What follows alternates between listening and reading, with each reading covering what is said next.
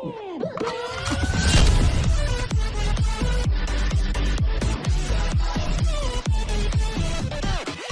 அலைக்கும். கனடாவை தெரிந்து கொள்வோம் புரிந்து கொள்வோம்ன்ற வகையில் நாங்கள் வீடியோகளை பார்த்துட்டு வரோம். இங்கே லைஃப் ஸ்டைல் அப்படி இல்லைன்னா இங்கே என்ன மாதிரி விஷயங்களை நாங்கள் எதிர்பார்க்கணும், ஸ்பெஷலாக நியூ கமர்ஸுக்கு, அது ஸ்டூடெண்ட் ஆகிக்கட்டும், பிஸ்னஸ் பேப்பர்ஸ் ஆகிக்கட்டும், இல்லைன்னா மைக்ரேட்டாக வரவங்களுக்கு கூட ஒரு யூஸ்ஃபுல்லாக ஆகிக்கும்ன்ற வகையில் நாங்கள் வீடியோகளை செஞ்சுட்டு வரோம். இன்றைக்கு நாங்கள் பார்க்க போகிறோம் எப்படின்னு சொன்னால் ஸ்டூடெண்ட்ஸ் ஸ்பெஷலாக இங்கே வந்து எந்த மாதிரி விஷயங்களை அவங்க ஃபேஸ் பண்ணுறாங்க, படிக்கிற விஷயங்கள்லேருந்து இங்கே அக்கமடேஷன், மெடிக்கல் சைட் எல்லா செக்ஷனை கவர் பண்ணுறதுக்குரிய மாதிரி இன்றைக்கு ப்ரோக்ராமே போகுது. இந்த சப்ஜெக்ட் சம்மந்தமாக நான் சொல்கிறத விட ஒரு ஸ்டூடெண்ட் உண்டு, இங்கே வந்த ஸ்டூடெண்ட் உண்டு, அவங்களோட எக்ஸ்பீரியன்ஸை அவங்களோட ஷேர் பண்ணான்னு சொன்னால் நான் நினைக்கிறேன் அவங்களுக்கு சரியான யூஸ்ஃபுல்லாக ஈக்குமெண்டு. ஸோ அந்த வகையில் we going to meet a student and let's see what he has to say about his experience.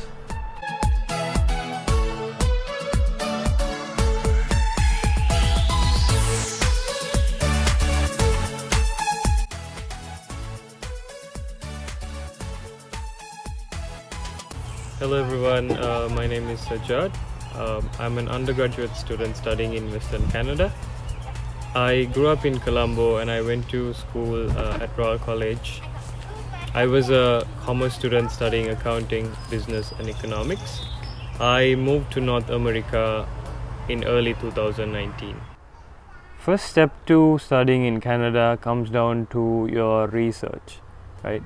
Coming from the Sri Lankan education background, finishing your O-level, A-level is very important. One of the requirements that are there currently is getting your 3 C's as a basic requirement. So this is really a 3 to 4 year process where you plan to choose your education in this country.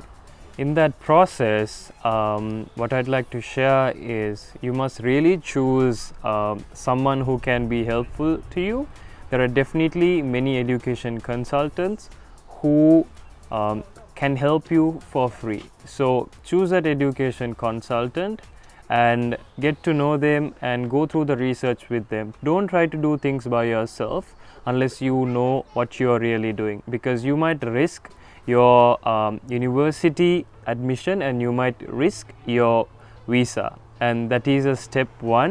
So make sure that you choose a proper education consultant and give them information of what you want to study. For example, in Sri Lanka there's 4 streams that you can study in, and coming to North America you must choose which universities accept. For example, in the commerce stream, when you go into business, accounting, financing, finance, HR, you must choose a proper university.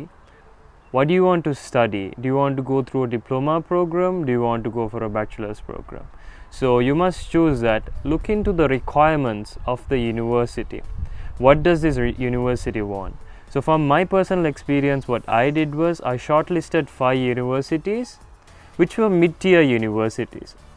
That was my target, getting entry into a mid-tier university. So choose 5 universities, shortlist them and understand why you want to go there. In Canada, from province to province there are different opportunities. So understand the concept of choosing a province to study.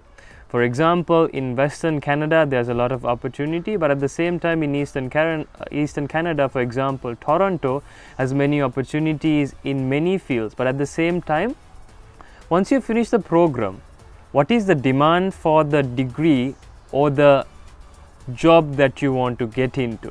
That's important.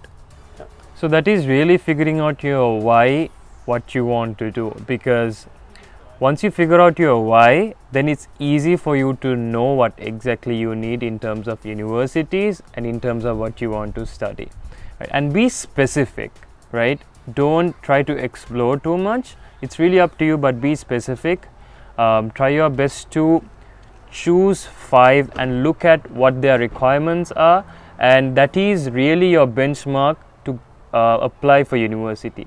So go and speak to a consultant, or you can do it yourself, and you need to start fulfilling those requirements. A few requirements that come through the education requirement, really the 3 C's, and also the IELTS requirement, and there are other requirements from universities and which subjects you need to fulfill to gain entrance. So your step 1 is gaining entrance to university, and number 2 is the visa process. But once you get entry into the university, rest of the plan is figuring out your finances and everything that comes along with that. So once you have completed your A level, really, and when you have fulfilled your requirements, you will apply to the university, right? Once you've applied to university, you will wait for a short period of time, depending really on when the university gives you the admission. And remember that your application, the admission application process, it costs you average $100 to $150 depending really on the university. So that's something usually you need to incur. And then you will wait. So while you wait for the admission to come through, then that's your time period to figure out your budget and how you're going to figure out your stay and how you are going to pay for the university, and that should be really part of your research. So next one really comes down to your visa application, your permit really to enter into the country. So you have to be very focused, and you need to make sure that you fulfill those requirements as well. So those requirements, really you'll be able to get some help from professionals. At the same time, you can get some information from the Canadian government website. Stay away from websites that are sketchy or websites that some websites don't provide accurate information. So make sure that you stick to the Canadian government guidelines and use that way. For example, you must provide your financial capabilities to fund your education. Like number 2, you must fulfill that requirement to get the visa. Number 3, your IELTS really. Number 4 should be your statement of purpose, where you will explain to the immigration officer of your intent to coming to Canada to educate yourself. So get advice from professionals on that as well. And one of the other tips that I can give you is, when you choose a university that offers you a postgraduate work permit. Canada is very lucrative for immigrants and students, because after your education process you will be able to get a work permit, and there's a process to that where you'll be looking for a job, and that way you can go to the permanent residency option. It really depends on the Citizenship Office of Canada, but look into a program which offers a postgraduate work permit. So after you applied for the visa, you should make a plan of when your program is going to start, and you should figure out your accommodation, how you are going to get to the university, and your really the flight details, and those things that comes within your journey to start to educate yourself in Canada. So write down a list of the things that you need to fulfill, have the top 5 main things, and at the same time you're entering a phase where most students are leaving their families in Sri Lanka and coming to Canada to study. So it's an exciting journey, but at the same time preparation is important, because if we are not prepared when we're coming here, we can get into all sorts of trouble, mental health issues. So make those connections before you enter Canada itself. Given that your visa has been issued, so that means you would have done your preparation and your visa has been issued. Congratulations. And now it's really moving from Sri Lanka to Canada. So accommodation, you're getting to university, your documents, and those aspects should be cleared. Now you will be looking into the immigration side when you're entering Canada. Make sure that when you are coming to Canada, you look into their guidelines and strictly stick to what they have said in terms of what you can bring to the country and what you can't bring to the country, right? And your documentation, your passport, all those documents should be with you at all times. And please note that your study permit really will be issued in most cases at the airport. So you'll have a document in your passport, but on top of that, when you come to the airport, there'll be a few questions in terms of why you are coming to Canada and what is your program. It's really the officer is trying to understand who you really are. At that point, you'll be issued a study permit, which is an A4 size Canadian government issued paper. So after you've cleared all your duties at the immigration, now really you need to plan out how you are going to get from the airport to the accommodation. So accommodation in the sense that there can be two places, for example, a place that you would have looked into already. Otherwise, another form of accommodation is a university accommodation. So giving a small tip, there are so many websites in Canada, depending on the province really. For example, Craigslist, Kijiji, and there are definitely student resources. So look into something that's within your budget and look how you're going to get to that place. Don't try to figure it out after you've come here. Have that plan before, otherwise once you come to the airport, you have not planned your accommodation, now what? So some students, what they do is they really stay in an Airbnb for 2 weeks, because sometimes you need references when you're in Canada, right? So make connections from people in the university. They are very helpful, and even the community is very helpful, and even the local masjid or the local church or all these religious organizations, even when you go there, you should be able to talk to people, and people are very helpful, people are very friendly, but stay within your limit. At the same time, ask for help and you'll get that help that you need.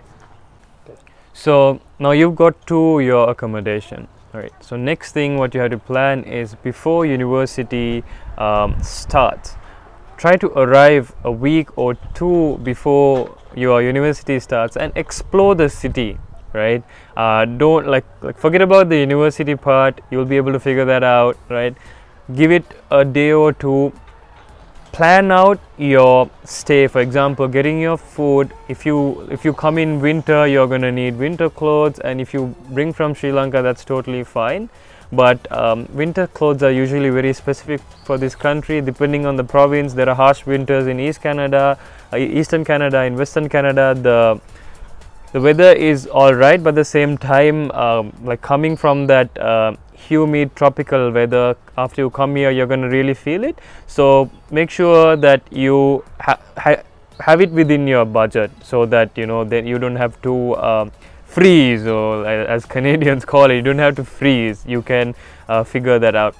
So, and also plan your meals, and that's something that you can do, and enjoy the city you're in, and go talk to people and tell that you're new here, and then you'll be able to make connections. So one of the other things is that now after you've come, really, now you figured out your budget for the university, but at the same time, it will be helpful if you have a part-time job. So when students come, they might not have worked. When you come in undergraduate, you might not have worked coming into Canada. When you're in Sri Lanka itself, figure out a resume, right? Get help from someone. Make a resume of probably the things that you've done in high school, and there are so many entry-level positions, and there's training for English training, job training, and if you are really willing to learn, you'll be able to get that help, right? Choose something that you can do, and that will be helpful, so that you'll get that sense of confidence when you have some finances with you. That's why the Canadian government has given that opportunity to work part-time. Start looking for jobs once you land itself, and go talk to people again. Look on websites like Indeed, Monster, and also the university website has job details. So looking at the structure, usually in the winter semester and the fall semester, students study full time. The summer semester, how it usually works is you can work full time, 40 hours a week. At the same time, what you can do is you can take part-time courses depending on your budget. So you can really use that time period to fulfill your finances, but at the same time, please note that there's only so much that you can cover. Let's say for your next year, or let's say year 2 or 3, there's only so much that you can try to cover your summer semester. So be aware, like figure out your budget before itself, and I would advise that look into a university that's really within your budget and be realistic about that plan, right? Don't think that you'll be able to figure it out. If you don't have a end in mind, then there's a bump. Then that's where you'll have to look into what's the plan you're going to make about that, right? So that's a structure.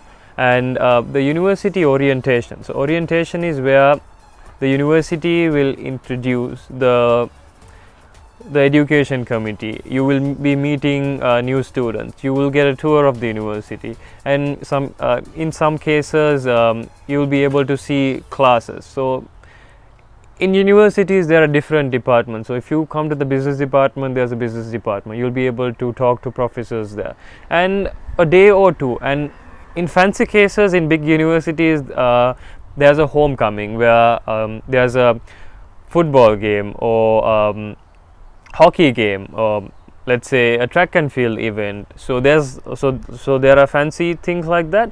So that's for you to give that. So because you've come into one of the most crucial times of your life, and the university is giving you an opportunity to really see. So before the orientation starts, look at when the orientation is, what the dress code is, and take all your documentation.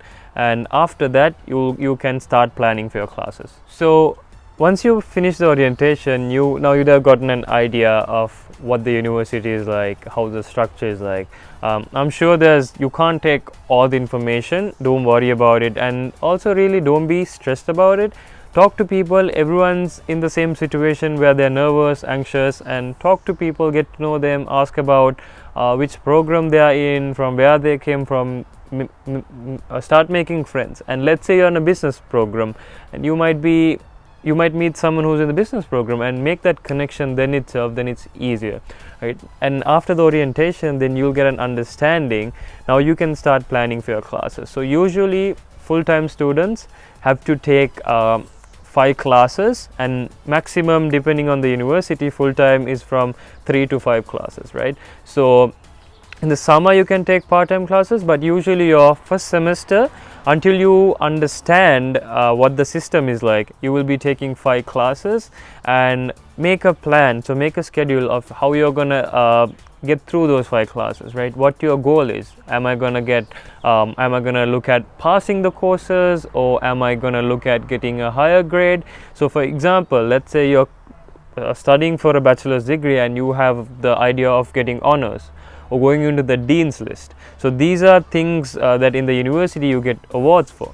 So then you have to start from really zero, and plan out that education, the class process. And when the classes start, right, there are different buildings depending on the university size, right? So go early, go half an hour early. Take a bottle of water, take all the stationeries that you require, the books. And one of the important things is that usually my advice is don't buy your textbooks in the first week itself. Go to the classroom, and you'll get an opportunity to talk to everyone. Usually people don't bring their textbooks, or people don't buy. Textbooks are very expensive if you have not added to the budget. So there are places that you can buy second-hand textbooks. The university bookstore is there. talk to people. Where do you get your textbooks from? Talk to the professor, and you really need the textbook. And make sure that you have a laptop in handy. And when you have a laptop, then you'll be able to, because most of the education process is online. Now, given the COVID situation, right, if you're trying to come into Canada, you will realize that all your education is going to be online until the government gives the go on, or with that, when the university decides we are going to have in-person learning. So it's a different experience. You're coming for the September intake, so have a laptop in handy and make sure you have all the things that you need to get your study started. So what is the lifestyle really in Canada? Are you going to live a luxurious lifestyle? Are you going to live the same lifestyle that you lived back home? So definitely it's going to be challenging in a general perspective, right? So let's break it down, right? So you're going to be going to university. You'll be looking into working part-time when courses are happening, and in the full-time during your break time you'll be looking into your work, like working full-time, right? So when you move to Canada, you'll have to take care of your own bills. So basic bills start from your covering your rent, covering your telephone bill, covering your food expenses, your traveling, and your entertainment from your end, right? To cover all those things, sometimes it becomes a burden, right? So my advice is live within your budget until you're able to really come to an income level that can really help you achieve beyond that. So it's not going to be a perfect lifestyle, but with that adversity, you will really understand, because Canada is a country built on hard work. It's built on this job market. It's built on people who come around the world and who contribute to this economy, right? So settling down for 2 to 3 years, it can take shorter for some people, longer for some people. Settling down, it's not going to be easy, but those challenges, for example, the first expense that you're going to incur is your rent, really, and a telephone bill. So average it takes $30 to $40 rent, depending on the place where you live. I have a friend, for example, in a different province, it's around $300 to $400 per month, and whereas in some provinces it's like $1,000 to $1,500. So it really comes down to your planning and budgeting, and these challenges are going to be there. So you should have done the preparation earlier, and there's going to be unexpected things that come up. So for example, staying out of trouble, really, when you come into the Canadian community, it's important that we stay out of trouble. And who do we associate with? Like the people around us, right? Everyone's not perfect, but make sure that you choose the quality people who can help you really excel in your career. So challenges exist, but at the same time, if you really know your why and why you are in North America, then you will be able to get through those tough times. It will take a little bit of time, but it will definitely work out. Alright, I've pretty much covered the journey to come into Canada. So one thing I really need to focus on is make sure that when you choose an education consultant or the person who helps you with the visa, usually students or people who try to come to work to Canada, they get scammed, right? It's very prevalent in like all around the world, right? So whoever the person is trying to help you, ask the real questions. Like, because of the excitement of moving to the country, don't neglect, ask the questions. How are we going to do this? How does this work? And if you see that they're struggling to answer those questions, that's a big red flag. So don't get scammed, because it's a lot of hard-earned money that you're going to put to education. And to really talk about, there's help, and there's Vancouver SL Media, who's doing this video and who has a team of volunteers in Vancouver, that is Western Canada. And if you really need help, you can reach out to them, and it's really run by volunteers. And any questions, and even if they don't know the answer, they can connect you to people who know the answer, right? So I really hope you found this information helpful. Thank you so much really for your time, and if you found this useful, share this with your friends who really need this information, with your parents and anyone. And with this video you will really get an understanding of what you need to know more. I wouldn't have covered everything, so you'll get an idea of what you need to know more. So also like this video, share this video, and also subscribe to the channel Vancouver SL Media. And thank you so much for this opportunity. So that's it. I hope he covers most of the subject. நிறைய பேருக்கு இதில் சரியான யூஸ்ஃபுல்லாக இருக்கும்னு நினைக்கிறோம். இந்த மாதிரி இன்னொரு வீடியோவில் உங்களை சந்திப்போம். அது வரைக்கும் take care yourself and each other. Assalamu alaikum wa rahmatullahi wa barakatuh.